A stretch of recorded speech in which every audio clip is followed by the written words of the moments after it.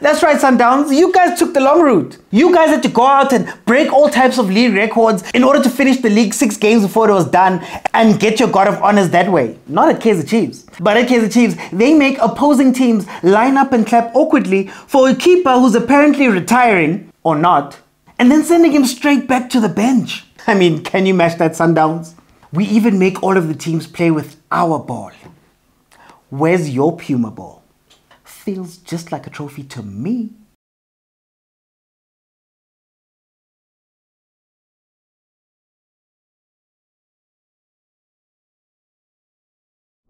No, but seriously guys, who's going to beat Sundowns? I've heard it all this season.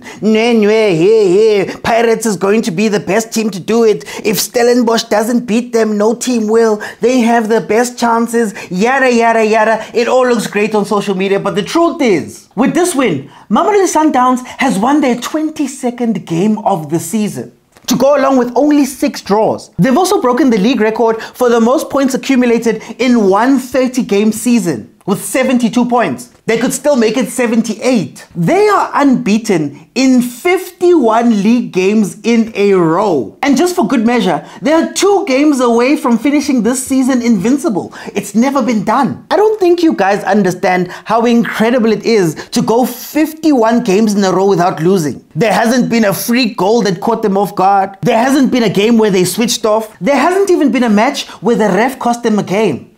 And we know what our refs are like. So that is incredible. Cape Town City owner John Comitis said that the league needs to come together and do something to try stop Masandawana. What's that something, John? You guys are sponsored by F&B. Are you guys telling me that the whole league can kazata something yana and put it towards an e-wallet? You know exactly what I mean. It rhymes with crown taper rag. But Stellies, I'm not forgetting about you guys. You guys are telling me that in your fairy tale season, a season where you won your first trophy, the Carling Knockout, a season where your youth team won the DDC, a season where you announced a women's team before other teams elsewhere, I'm not going to say no names, we're still waiting, Jess. A season where you announced fancy new sponsors. You guys are fumbling the Champions League when you're looking right at it. And even if we look past the fact that Pirates is right on your tails, you guys are telling me that you can't beat the team that happened to knock you out of a competition that would have given you 2 trophies in 1 season? Really? You guys should be ashamed. Orlando Pirates, I don't want to hear you guys laughing. Because all preseason long, you told us about Spain and how this was going to be your year. The storyline was perfect. A cocky yet very skilled fighter goes into a new competition but gets beaten by an upstart unknown fighter. Then spends the rest of the year training, regaining that hunger and learning not to take any fight for granted. And eventually they make it back into that tournament and they go on to win it. That storyline in Alubo Van Dam. So can't be surprised when we get to the end of the season and Mamelodi Sundowns is even further away from you guys than they were last year. And after another very inconsistent season, you're out here fighting for number 2 versus Stellenbosch FC, who nobody saw coming. In fact, we all believe so much in his story that the football gods saw you being gift of the givers with Richards Bay, but still saved you by making sure the Stellenbosch lost to Swallows. How many chances are you going to need? Look at this week.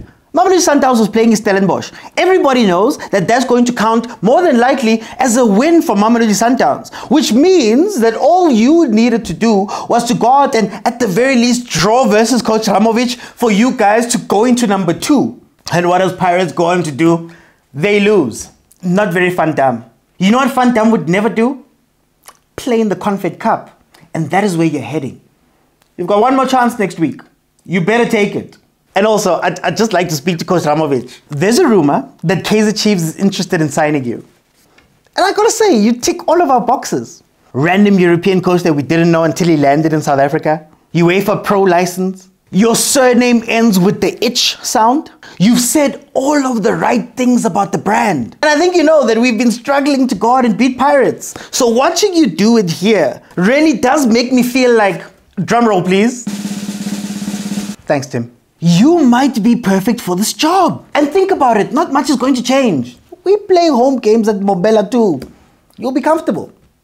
Rumors have gone around the league that Punya Fendi, aka Raleigh M, is open to being sold. And one would think that being only 3 points away from a relegation playoff position would give them enough motivation to want to do a little bit extra in their game versus Chippa. And there's a couple of reasons. Firstly, Andile has been training so hard. He's trying to be a full PSL player, and you guys are going to send him back down? That's just wrong. But secondly, and a little bit more important, is that selling an NFD team is very different to selling a PSL team. And ending the game 0-0 means that Richards Bay is only 3 points behind you.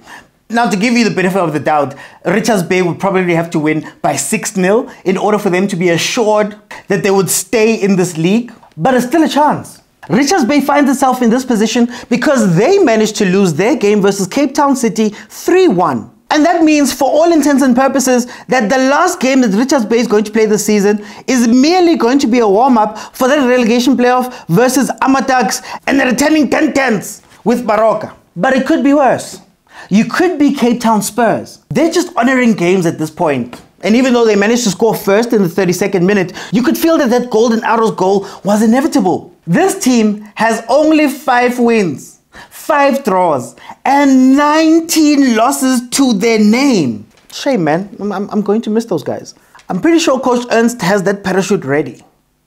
News broke of Coach Lihlono Siema being placed on special leave. And we all know what special leave means in the PSL. There's only 2 ways that we're sure that the axe is going to fall on the coach. Number 1, they're placed on special leave, or the team will just appoint a technical director. But if history has taught us anything about Coach Siema, it's that the moment you place him on the leave, the moment he leaves the club, the points leave with him. Or am I wrong, Mokwena City? And this trend continued as AmaZulu was able to pick up a 1-0 win versus Khune United, who were once riding so high in 4th place in the league, but now they find themselves slipping down to number 6 with the prospect of finishing 7th at the end of the season looming. But on the bright side, this result allows AmaZulu to move further away from that bottom pack. And this is a result that makes sure that Uqchimpi might avoid some of that special leave himself. After the darkest passage of Coach Gavin's almost 3 decades long career, things are finally looking up for Supersport. They managed a 2-0 win versus Morocco Swallows, one of only a few wins in the last few months. One of the biggest questions this season is how far Peter Shalulile and Bradley Grobler were going to push their record-creating runs. I'm pretty sure Grobler watched Shalulile take his tally to 117 goals in the PSL, meaning that Shalulile is 6 goals away from matching Upele Nomvete's record of 123 goals, and pushed himself to try to get something for himself. Grobler now sits on 113 goals all time, which places him 3rd. And that means he only needs 10 goals to catch Upele. On the other end, I'm sure this loss didn't sting as much for Maswai. And I'm sure Musa Nyatama is resting easy, knowing that he's done it again. He's made sure that Swallows is not going to go down into relegation. Swallows management, give this man the job. Don't go out and bring in another so-called experienced coach. He's right there. How many times must he show you guys that if you're looking for a coach that's going to be able to take what little resources you give him and turn it into a mid-table finish? Just let Musa Nyatama coach. It's really that simple. I turned on the Kaizer Chiefs versus Mokwena City game and saw a god of honor. And I won't lie, I was a little bit confused. But it turns out that the club was honoring Khune for 25 years of service. That's right, Sundowns. Anything you can do, Chiefs can do better.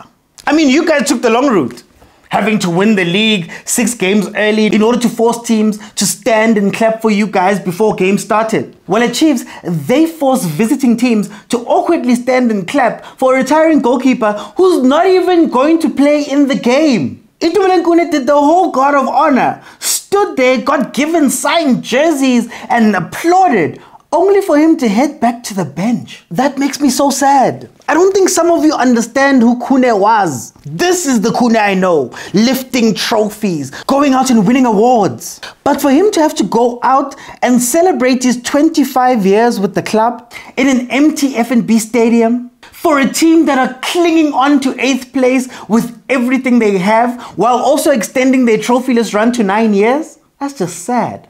What's even sadder is that the fans had to force the club to sub him in so that you could have a proper moment. Look, this game didn't really mean anything to both teams. It ended 0-0 and was very uneventful. But what happened to Kaizer Chiefs may just be the best metaphor for where the club is right now. Once great, but on a heavy decline, yet still celebrating victories of the past while the world passes them by.